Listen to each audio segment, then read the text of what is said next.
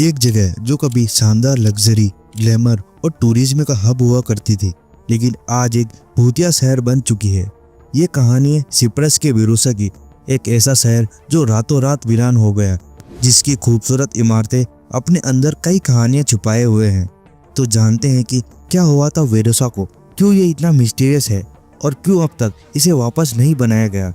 और 14 अगस्त 1974 की सुबह यहाँ ऐसा क्या हुआ था जिसने यहाँ के सारे लोगों को विरोसा छोड़ने पर मजबूर कर दिया, और क्यों ये लोग यहाँ वापस कभी नहीं लौटे।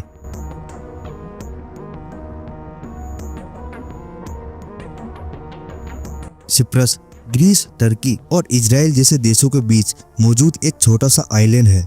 1970 तक विरोसा सिप्रस का एक सबसे लग्जरियस और पॉपुलर टूरिस्ट डेस्टिनेशन था।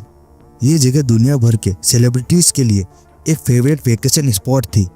यहाँ के beaches, luxury hotels, high and shops और एक शानदार नाइट लाइफ, ये सब कुछ था इस शहर में। लेकिन 1974 में कुछ ऐसा हुआ कि ये शहर एक रात में ही खाली हो गया। ऐसा क्यों हुआ, इसे जानने के लिए हमें सिप्रस की हिस्ट्री के बारे में जानना होगा। सिप्रस जो मेडिटेरियन सी में एक छोटा सा आइलैंड है, ये island Greek, Roman, Ottoman empire और ब्रिटिश एम्पायर का हिस्सा रहा है। 1925 तक Cyprus officially British crown colony बन गया था। 1960 में ब्रिटेन सिप्रस को इंडिपेंडेंस दे देता है, लेकिन इसके बाद सिप्रस एक डिवाइडेड कंट्री बन जाती है। सिप्रस के अंदर 77% ग्रीक और 18% टर्किश लोग रहते थे, और वो दोनों ही सिप्रस को अपनी ओरिजिनल कंट्री के साथ यूनाइटेड होते देखना चाहते थे, जिससे सिप्रस में एक पॉलिटिकल क्राइसिस शुरू हुआ। सिप्रस में ग्रीक कम्युनिटी का बढ़ता डोमिनेंस और राजनीतिक अस्थिरता को देखकर 14 अगस्त 1974 को टर्की ने 40,000 सैनिकों के साथ सिप्रस पर हमला कर दिया। इस हमले का नतीजा ये हुआ कि सिप्रस की नॉर्दर्न साइड के 36% हिस्से पर टर्की कब्जा कर लेता है और वहां मौजूद 1,80,000 लोगों को भगा दिया जाता है।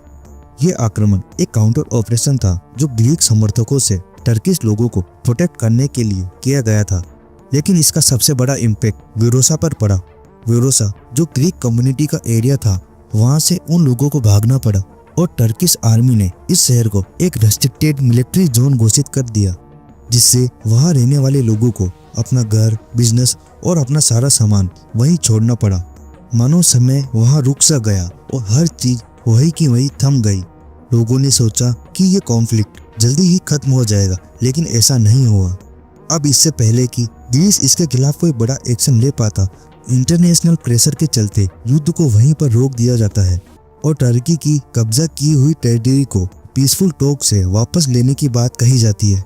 हालांकि बहुत से डिस्कशन होने के बाद भी यह दिन आज तक नहीं आ सका है। अब सिप्रस के जिस हिस्से पर टर्किश आर्मी ने कब्जा किया था, उसे टर्की में Turkey Republic of northern Cyprus कहा जाता है, पर टर्की के अलावा और कोई भी देश इसे इंटरनेशनली रिकॉग्नाइज नहीं करता। जिस एरिया को टर्की के द्वारा इनलीगली कैप्चर किया गया था, उस रीजन पर आज भी डिस्प्यूट चल रहा है, और वो एरिया जहां मेजॉरिटी ग्रीक कम्युनिटी के लोग रहते हैं, वहां आज का सिप्रस मौजूद है। और इस आइलैंड को दो हिस्सों में बांटने वाली line United nation buffer zone कहलाती है, जिसे 1974 में दोनों देशों के बीच युद्ध रोकने के लिए बनाया गया था, जो आज भी एग्जिस्ट करती है। और यहाँ आज भी यूनाइटेड नेशन की सिक्योरिटी फोर्सेस पेट्रोलिंग करती है।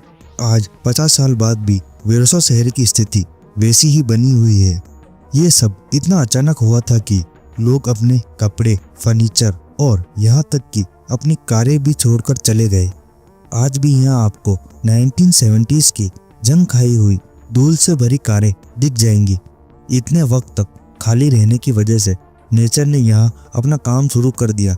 सड़कों पर पेड़ उग गए, बहुत सी बिल्डिंग कोलैप्स हो गई और यहाँ की लग्जरी होटल्स और रेस्टोरेंट खंडहर में बदल गए। ये शहर एक टाइम कैप्सूल की तरह बन गया, जहाँ टाइम रुक सा गया है। कई लोग यह मानते हैं कि यह जगह सिर्फ छोड़ा गया शहर ही नहीं, बल्कि यह जगह हॉन्टेड है। लेकिन देखा जाए तो यह शहर सिर्फ पॉलिटिकल कॉन्फ्लिक्ट और वॉर की वजह से खाली हुआ था। विरोसा आज एक घोस्ट टाउन कहलाता है, जहाँ सिर्फ 226 टर्किश मिलिट्री के ऑफिसर्स रहते हैं। 1984 में यूनाइटेड नेशंस ने विरोसा को वापस बसाने का रेजोल्यूशन पास किया था। लेकिन टर्की इसका विरोध करती है और ऐसा कुछ नहीं होने देती। 2017 में वेरोसा के बीचेस को सिर्फ टर्किश लोगों के लिए खोल दिया गया और 6 अक्टूबर 2020 में टर्की और नॉर्दर्न सिप्रस गवर्नमेंट ने वेरोसा के कुछ इलाकों को रीओपन करने का अनाउंसमेंट किया था, लेकिन ग्रीक और यूनाइटेड नेशन ने इसे इलीगल माना।